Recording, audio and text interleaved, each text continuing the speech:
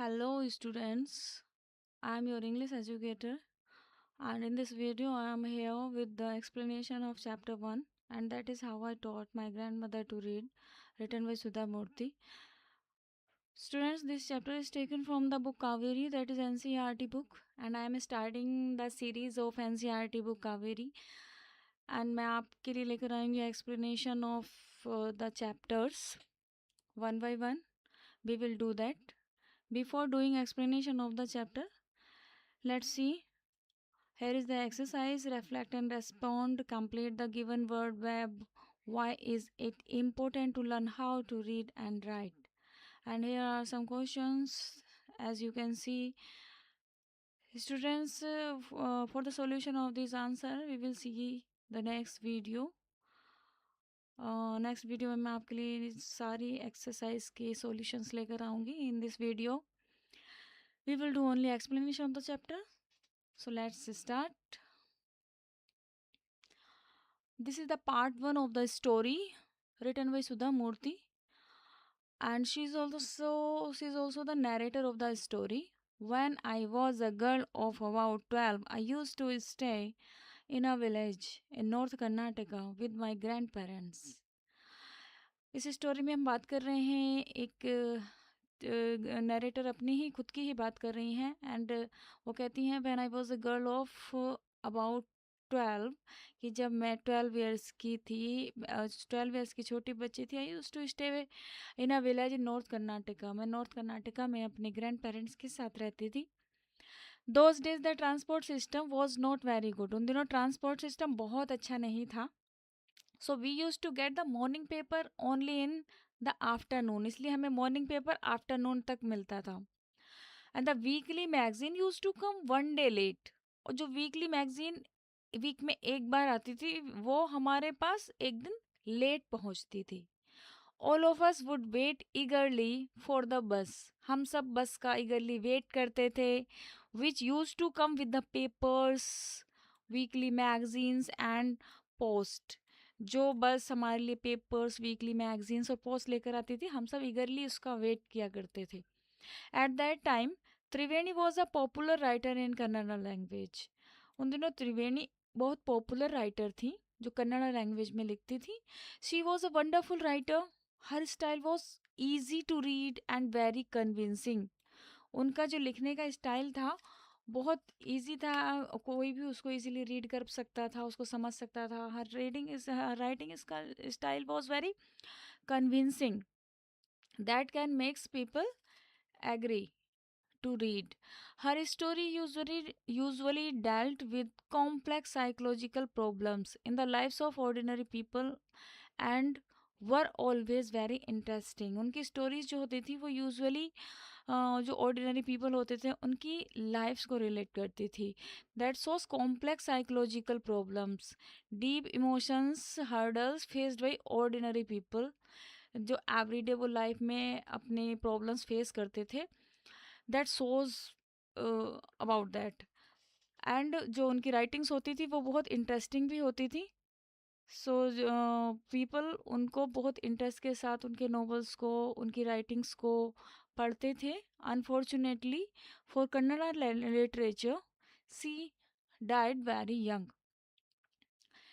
That was unfortunately कि बहुत ही young age में उनकी डेथ हो गई थी. Even now after 40 years people continue to appreciate her novel.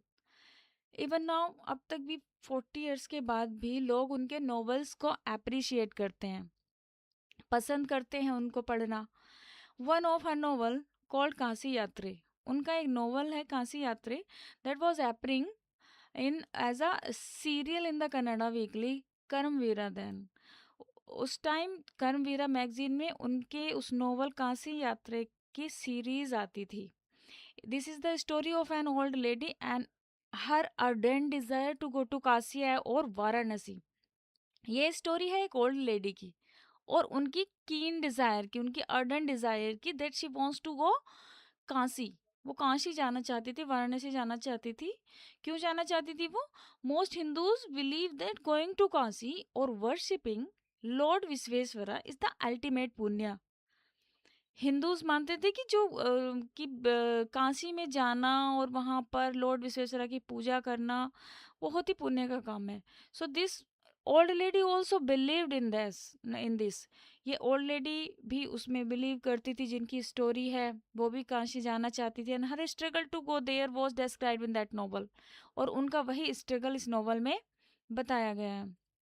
So, in the story, there was a young orphan girl who falls in love, but there was no money for the wedding. In the story, there was also a young orphan. इस story में एक और लड़की की कहानी है जो कि orphan है, उसके मम्मी पापा नहीं है, who falls in love, जो किसी के साथ प्यार में पड़ जाती है, but there was no money for the wedding. लेकिन वेडिंग के लिए, शादी के लिए उसके पास पैसे नहीं होते हैं. In the end, the old lady gives away all her savings without going to Kashi. In the end में क्या होता है, ओल्ड लेडी अपनी सारी सेविंग्स उस गर्ल को दे देती है और काशी नहीं जाती. काशी जाने की बजाय वो उस गर्ल को अपनी सारी सेविंग्स दे देती है. She says the happiness of the orphan girl is more important than worshipping Lord Vishweshwara at Kashi. कि वो क्या कहती हैं कि काशी जाकर लॉर्ड विश्वेश्वरा की पूजा करने से कहीं ज़्यादा इम्पोर्टेंट उस गर्ल की हैप्पीनेस है, उसकी खुशी है, इसलिए वो ऐसा करती हैं. माई ग्रैंड मदर क्रिस्टका नेवर वेंट टू स्कूल. वो कभी स्कूल नहीं गई. So she could not read, इसलिए वो नहीं पढ़ सकती थी, पढ़ना नहीं जानती थी. Every Wednesday the magazine would come and I would read the next episode of the story to her. Every Wednesday मैं उनको वो मैगजीन आती थी और मैं उनको नेक्स्ट एपिसोड उस स्टोरी का उनको रीड करके सुनाती थी. During that time I would forgot all her work and listen with the greatest concentration. Grand mother उस टाइम अपने सारे काम भूल जाती थी और बहुत ग्रेटेस्ट कॉन्सेंट्रेशन के साथ, पूरे ध्यान के साथ उसको स्टोरी को सुनती थी. Later she could repeat the entire text by heart. और बाद में वो पूरा टेक्स्ट रिपीट करती थी. टेक्स्ट मीन्स द स्टोरी, जो भी मैं उनको सुनाती थी. My grand mother too never went to Kashi. मेरी ग्रैंड मदर भी कभी काशी नहीं गई थी. She identified herself with the novel's protagonist. इसलिए वो अपने आप को क्या करती थी, उस नोवेल्स के एज अ प्रोटैगनिस्ट अपने आप को आइडेंटिफाई करती थी. Protagonist as a main character of that novel. So more than anybody else she was the one most interested in knowing what happened next in the story. So more than anybody else, किसी और से ज़्यादा इतना कोई interest नहीं लेता था जितना वो इंटरेस्ट लेती थी ये जानने में कि आगे स्टोरी में क्या होने वाला है. Used to insist that I read the serial out to her, and she always used to insist me कि मैं उनको वो सारे सीरियल उनके पढ़कर सुनाऊं, स्टोरी के बारे में उनको बताऊं. After hearing what happened next इन काशी यात्रा, she joined her friends at the temple courtyard where the children would also gather to play hide and seek. वो स्टोरी पूरी सुनने के बाद वो मंदिर जाती थी, टेम्पल जाती थी और वहाँ पर अपने फ्रेंड्स के साथ टेम्पल कोर्टयार्ड में वो बैठती थी. And eight that time with children, हम सब बच्चे वहाँ पर क्या करते थे, हाइड एंड सीक खेलते थे. हम बच्चे वहाँ पर हाइड एंड सीक खेला करते थे. Grand mother was discussing about the story with her friends at the temple courtyard. She would discuss the latest episode with her friends. और वो उसके लेटेस्ट एपिसोड के बारे में अपने फ्रेंड से डिस्कस करती थी. At that time I never understood why there was so much of debate about the story. At that time I never understood, उस समय मुझे नहीं समझ में आता था कि ये जो मेरी ग्रैंड मदर है, उनकी फ्रेंड्स हैं, वो इस स्टोरी को लेकर इतना डिबेट क्यों करती हैं, इतनी बातें क्यों करती हैं. Once I went for a wedding with my cousins to the neighbouring village. एक बार मैं अपने एक वेडिंग अटेंड करने के लिए अपने कजिन्स के साथ नेबरिंग विलेज चली गई. नेबरिंग विलेज पास के गांव में गई. इन those days a wedding was a great event. उन दिनों वेडिंग एक बहुत बड़ा इवेंट माना जाता था. We children enjoyed our self thoroughly, जिसमें हम बच्चे बहुत इंजॉय करते थे. We would eat and play endlessly. हम एंडलेसली खा सकते थे, खेल सकते थे. And savouring the freedom because all the elders were busy. We enjoying that to the fullest. Enjoying it to the fullest because all the elders were busy, क्योंकि जो elders होते थे सारे घर के बड़े होते थे वो सब बिजी होते थे. सो हम अच्छे से खा रहे होते थे, खेल रहे होते थे. I went for a couple of days, मैं कुछ दिनों के लिए वहां गई थी, but ended up staying there for a week. लेकिन आते आते मुझे वहां पर 1 वीक लग गया, 1 वीक तक मुझे वहां रुकना पड़ा. When I came back to my village, I saw my grandmother in tears. जब मैं वापस आई तो मैंने देखा कि मेरी ग्रैंडमदर रो रही थी. Tears were in her eyes. I was surprised, for I had never seen her cry even in the most difficult situations. मैंने उनको कभी भी इतनी डिफिकल्ट सिचुएशन में रोते हुए भी नहीं देखा था. कितनी भी डिफिकल्ट सिचुएशन आ जाए वो नहीं रोती थी. What had happened? ऐसा क्या हुआ था? I was worried. Avva, is everything all right? Are you okay? I used to call her Avva, which means mother in Kannada spoken in North Karnataka. मैं उनको अव्वा कहकर बुलाती थी कि नॉर्थ कर्नाटका में मदर को अव्वा कहते हैं. सो आई हैव आस्क्ड हर, मैंने उनसे पूछा, अव्वा इज एवरीथिंग ऑलराइट, क्या सब कुछ ठीक है, क्या आप ठीक हो? She noted but don't didn't reply. उन्होंने नोट तो किया बट कुछ रिप्लाई नहीं किया. I did not understand and forget about it. मुझे कुछ समझ नहीं आया और मैं उसके बारे में भूल गई.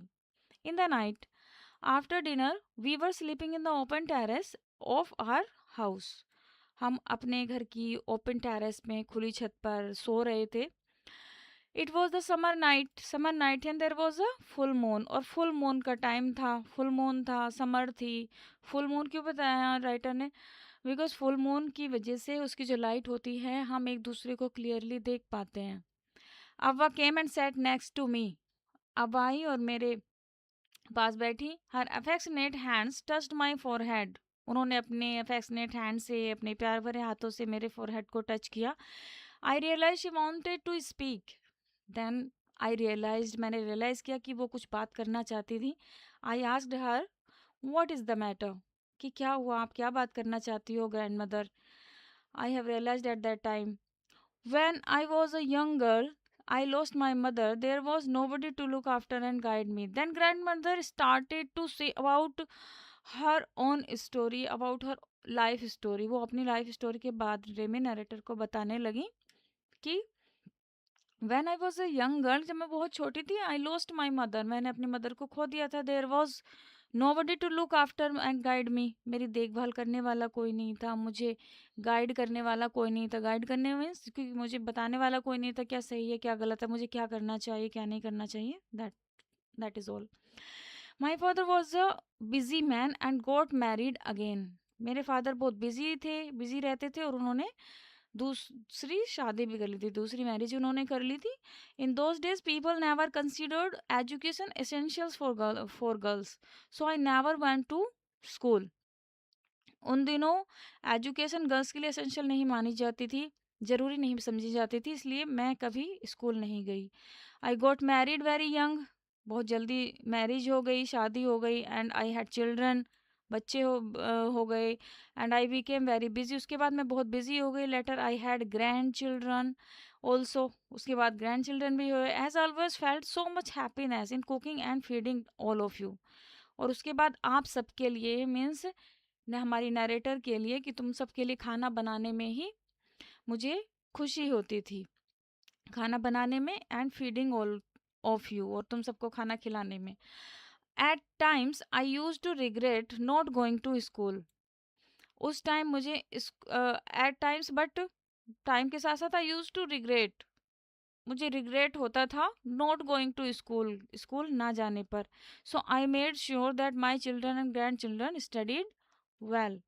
इसलिए आई मेड श्योर कि मैंने अपने आप से प्रोमिस किया कि मेरे जो चिल्ड्रन और ग्रैंड चिल्ड्रन हैं वो अच्छे से स्कूल जाएं, अच्छे से पढ़ें. I made that sure. So let's start the part second of this chapter, and that is I could not understand why my 62 years old grandmother was telling me, कि मेरी 62 years की ग्रैंड मदर क्यों मुझे ये सब कुछ बता रही हैं.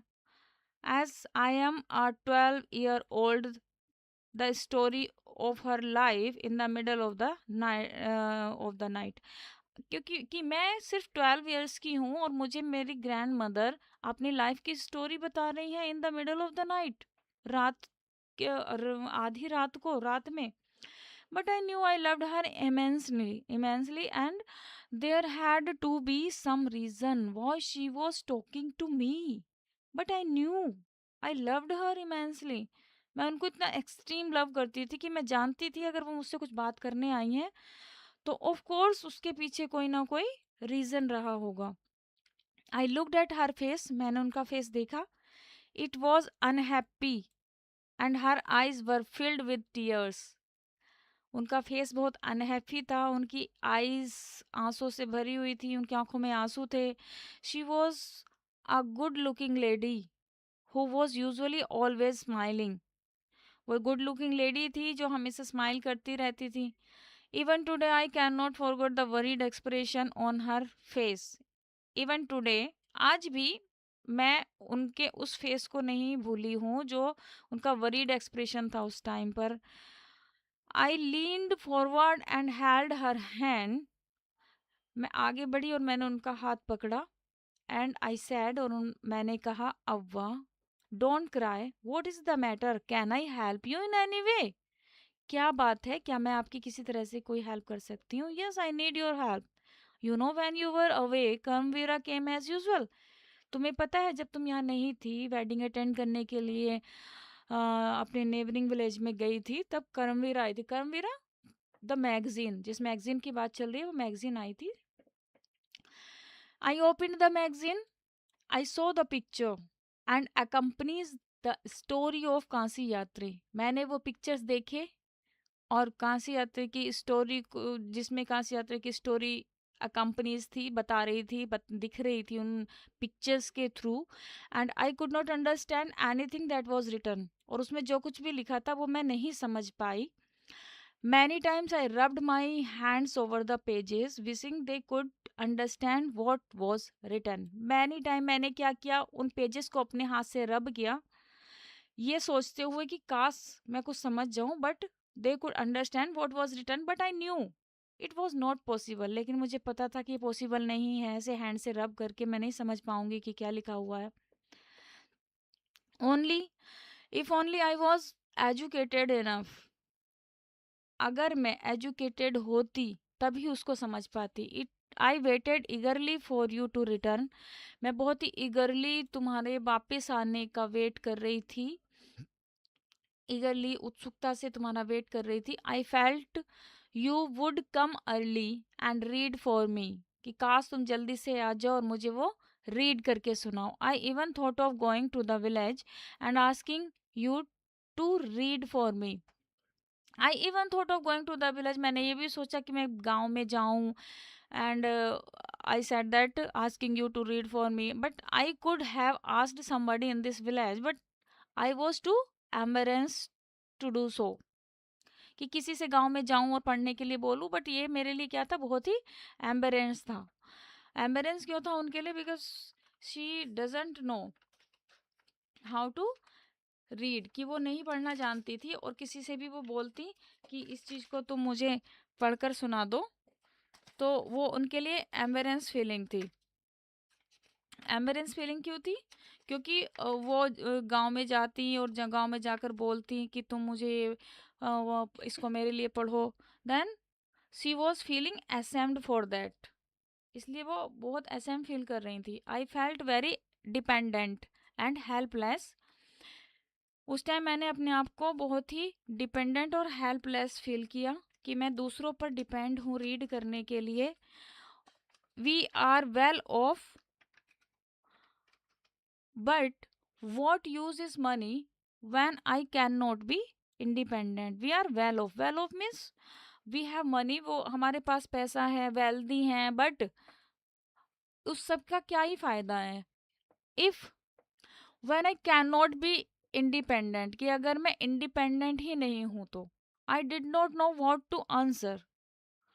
अब वह continued, जो नरेटर हैं, नरेटर सेज दैट मुझे समझ नहीं आया मैं उनको क्या आंसर दूं. बट अब वह कंटिन्यूड, उन्होंने अपनी स्टोरी कंटिन्यू रखी. I have decided I want to learn Kannada alphabet from tomorrow onwards. मैंने डिसाइड किया कि कल से मैं कन्नड़ा अल्फ़ाबेट सीखूंगी।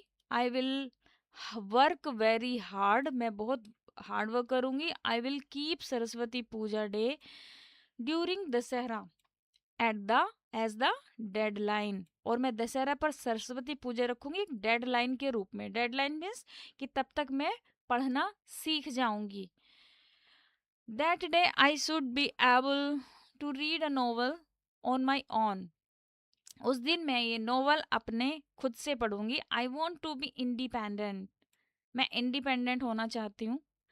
आई saw the determination on her face, मैंने उनके फेस पर उस टाइम जो डिटर्मिनेशन देखी थी, जो श्योरिटी देखी थी।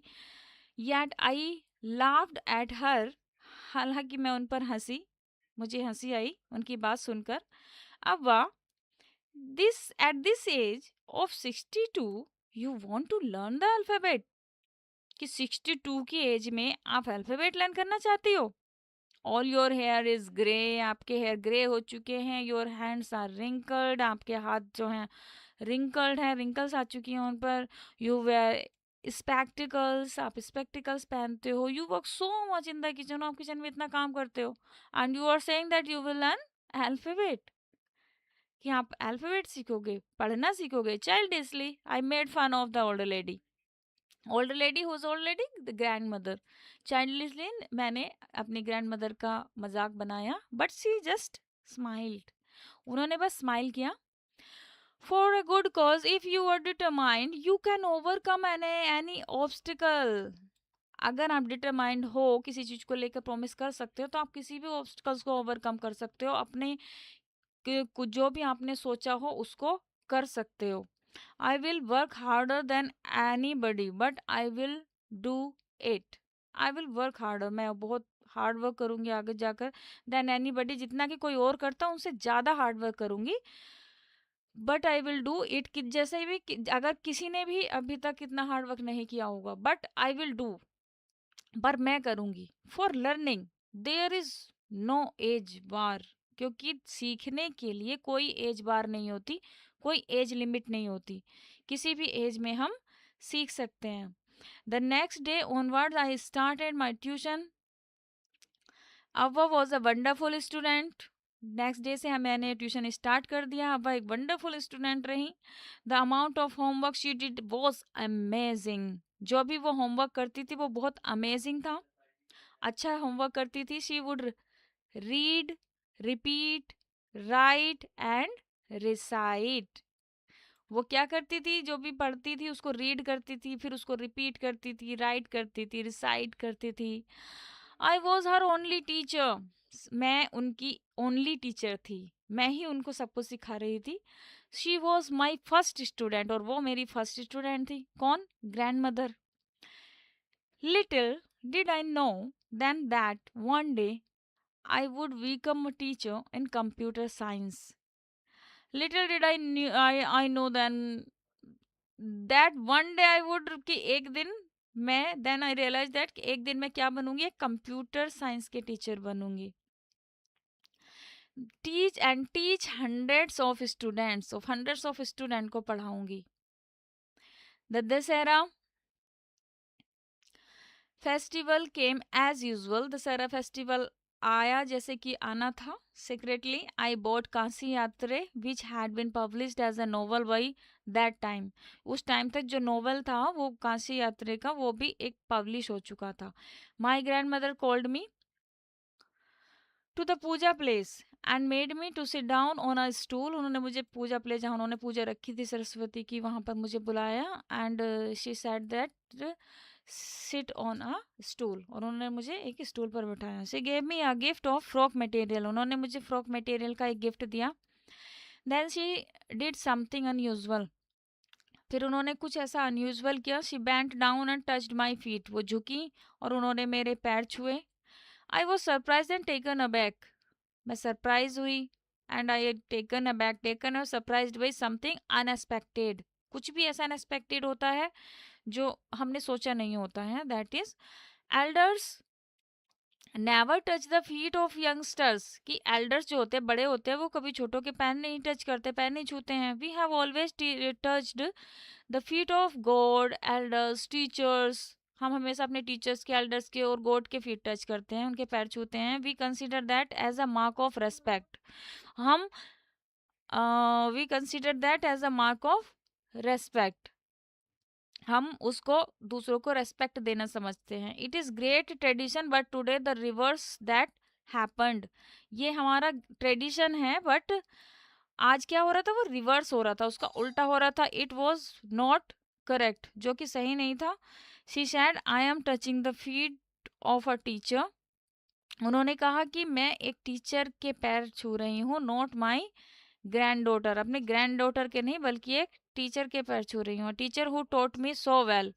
एक टीचर जिन्होंने, एक टीचर के पैर में छू रही हूँ, एक ऐसी टीचर जिन्होंने मुझे पढ़ना सिखाया. A teacher who taught me so well with so much of affection that I can read any novel confidently in such a short period. जिन्होंने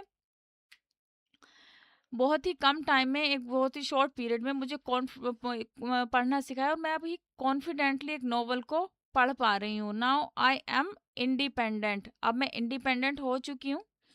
it is my duty to respect a teacher.